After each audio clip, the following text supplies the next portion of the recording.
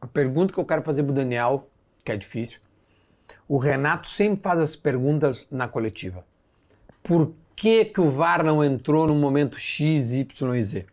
Então, por que às vezes o VAR não entra em coisas tão óbvias que deveria entrar? Responde pro Renato. Essa é uma... Lá, ó. Renato. Essa é uma das grandes polêmicas que se tem, né? Discussões que tem no Brasil. Primeiro se falava que a gente começou o VAR demora demais. Ok, a gente começou a conhecer a ferramenta e já não tem tanta essa demora. São lances específicos, como eu falei, alguma dificuldade técnica de imagem, então lá. E aí hoje a discussão é, por que o VAR não entrou, por que entrou? Aí quando entra, o VAR é muito intervencionista. Mas não, o VAR tem que respeitar as decisões do árbitro de campo. Por que o VAR entrou? O VAR quer apitar pelo árbitro. Aí quando não entra... mas o VAR é omisso, o cara tava dormindo lá, o que o cara tava fazendo, tá vendo o quê? Aí são as discussões. Cara, isso não vai acabar. Eu tenho certeza que não vai acabar no futebol, cara. Brasileiro mais ainda, porque não tem, culturalmente, a gente tem a questão das polêmicas e de cada um buscar defender o seu lado, o seu time. Então, não tem, cara. E muitas vezes é a questão de análise. O árbitro se ele não entrou é porque ele achou que não era pra entrar. Não era pra entrar. Ele achou que era um lance... Se for um lance subjetivo, ele respeitou a decisão do árbitro. O árbitro estava bem posicionado. Ele não vê elementos, não vê indícios contrários à decisão final do árbitro. Respeita essa decisão, ok? Isso é uma coisa que se nós caminhássemos no Brasil, eu tenho certeza disso, cara. Se a gente conseguisse subir essa linha de interferência que a gente chama do VAR, por exemplo, na Europa a gente tem uma linha de interferência muito maior. Viu-se maior? Na Eurocopa. A linha de interferência, para tu entrar num lance, tem que ser sido uma coisa... Sim, muito. O lance lá da... Muitos me perguntaram o lance lá da Alemanha, lá da Alemanha, da final da Espanha. Qual deles? Que tocou na mão do jogador. Tá. Mas aquilo lá é pênalti, não sei o quê. O VAR analisou e viu, cara, pega a narrativa do campo de jogo, com certeza tinha elementos que não era para chamar. O jogador estava numa posição natural, o braço estava escapado, mas numa posição de corrida, não entrou. Lá se respeita muito mais a decisão do árbitro de campo, e isso dá uma tranquilidade muito maior para o árbitro de vídeo, que o árbitro de vídeo sabe que tem uma linha de interferência que é muito maior do que aqui. A gente tem a diferença da Conmebol, cara. Da Conmebol, dos jogos da Conmebol pro Campeonato Brasileiro também a gente tem essa diferença. Tem uma diferença grande entre Conmebol e CBF? A linha de interferência. E a gente tem que caminhar, mas talvez pela característica nossa do futebol, a questão do cultural, do que é acirrado, acaba um jogo, os caras vão pressionar, os caras jogam pra torcida, o dirigente tem que dar satisfação pra torcida, a gente sabe que tem isso. Então, com certeza, se a gente conseguisse trabalhar, isso faria um bem pro futebol. Eu acho que vocês deveriam dar entrevista depois do jogo. Eu digo, o árbitro do campo... o VAR, não sei, mas o árbitro do campo tinha que... Duda, eu já tinha esse mesmo pensamento que tinha. Tu acha já que não mais? Cara, os caras usam depois contra. Eles vão pensar... Sim, cortes que, e vão colocar a verdade deles. Eu acho que faria um bem muito grande pro futebol. A gente não tem o que esconder.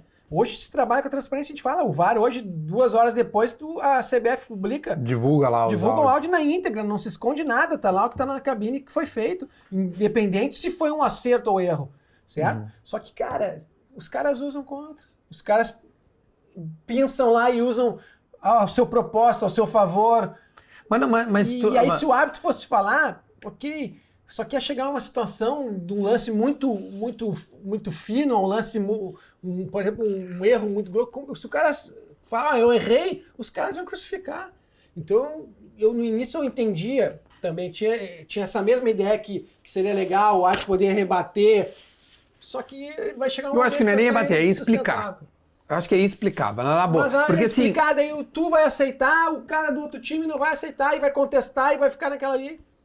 Entendeu? Então eu achava que seria uma boa ferramenta de eu já não acho mais, cara, já não acho.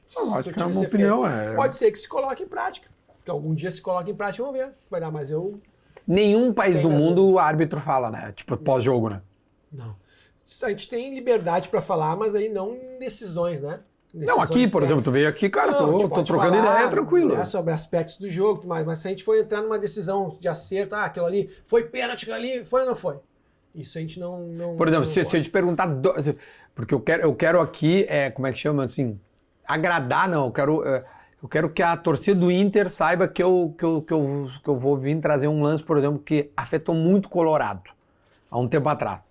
Se eu te perguntar desse lance, tu pode falar a respeito? Se Não? foi uma decisão acertada ou não? É. Não pode. A não ser que tenha sido publicamente Eu não me lembro se trazido foi. Porque CBF, esses a dias... decisão. Não, esses dias eu entrevistei o Felipe Luiz e aí eu esqueci, devia ter perguntado isso pra ele, do lance com o Rodinei. Lembra?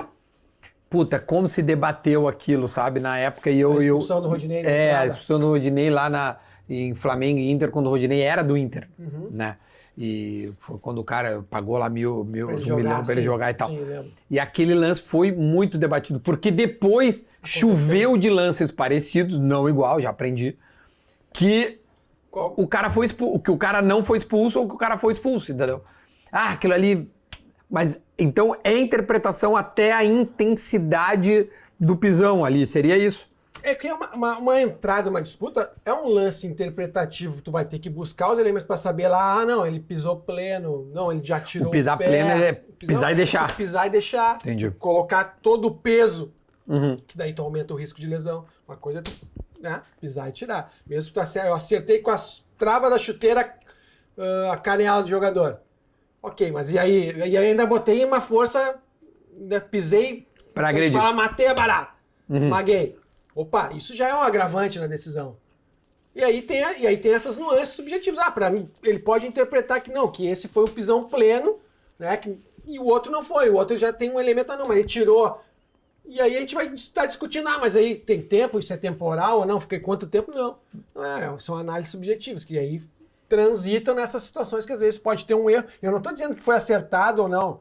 Mas estou dizendo que são situações de análise subjetivas. Cara, vocês erram, né, cara? A tomar uma decisão. O VAR erra também. Erra. De interpretação, Brilho. A tolerância é menor e isso é uma coisa...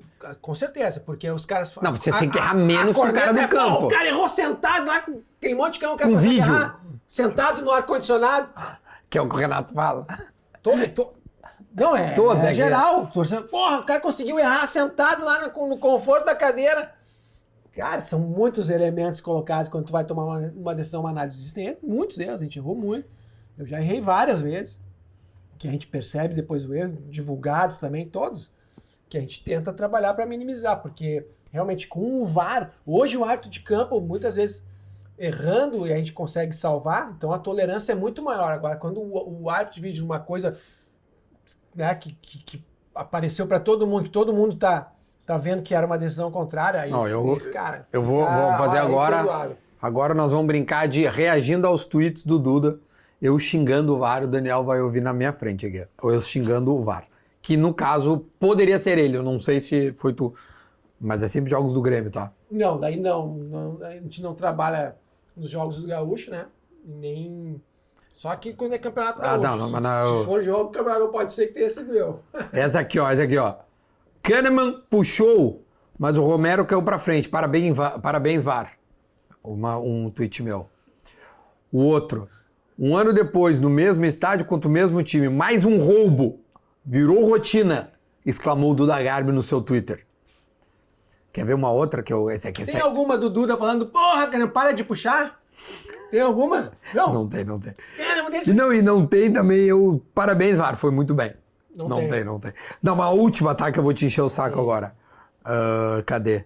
Aqui. Meteram a mão no Cruzeiro, hein? O juiz viu o lance, estava do lado e deixou seguir. O VAR chamou e ele voltou atrás. Não foi pra isso que inventaram o VAR. Mais um erro absurdo da arbitragem. Tu vê que eu tô tendo a coragem de falar na frente do homem aqui, cara. Esse aqui eu fui bem. Boa, sabe? A coxinha, né? Maravilha. A coxinha foi boa. Olha aqui. Não, mas é que tá. Tá, vamos lá. Esse aqui não é um lance do... É uma coisa louca que aconteceu. Se tu puder, e aí eu gostaria que tu me explicasse o máximo que tu puder dentro das regras enfim, da entidade aí. Inter e Juventude, o Valência erra o pênalti, um torcedor invade, o Alan... Esse aqui eu também tuitei, tá? Só não te li. Então tá, aí o Alan Ruschel defende o seu colega porque não sabia, eu tô te dando a minha interpretação, né, vendo o lance. Então o que acontece? Ener Valencia erra o pênalti, um torcedor do seu time vem agredi-lo, o Alan Ruschel interpreta que poderia vir ao encontro dele para apanhar, dá um soco e é expulso. Aonde é que o VAR acertou nesse caso, por gentileza? Aí eu abro lá o livro de regras, que a gente tem decorado, que a gente estuda todo dia, o livro de regras me traz assim, um jogador que cometer uma conduta violenta, um soco, uma agressão, a um jogador adversário, a um jogador da sua própria equipe, a um gandula, ou a um agente externo, a um torcedor, deverá ser expulso por conduta violenta, por agressão. É justo? A gente pode se discutir. Mas o VAR chamou embasado no que traz a lei do jogo, a regra do jogo está lá escrito. Se o jogador agredir um torcedor, mesmo tenha sido por uma situação dessa que a gente tem todo o entendimento, deverá ser expulso. E eu posso fazer uma pergunta ao Daniel Bins, Nobre Bins? Nobre. Muito nobre. Se eu acho justo? Não, nem ia fazer isso, eu não queria te colocar nessa posição. Mas eu ia te perguntar o seguinte, não existe a regra no livrinho chamada bom senso? Existe. E que não poderia ser aplicada nesse momento?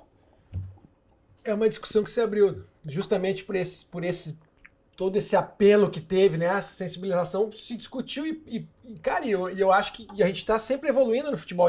Quando eu falo a gente, não é a gente tu fazendo aqui, parte fazendo da parte, comissão é o mundo ali. do futebol. Porque a gente se pergunta muito o que o futebol espera. E nesse lance ficou claro que o mundo do futebol achou que foi uma injustiça chamar. Uhum.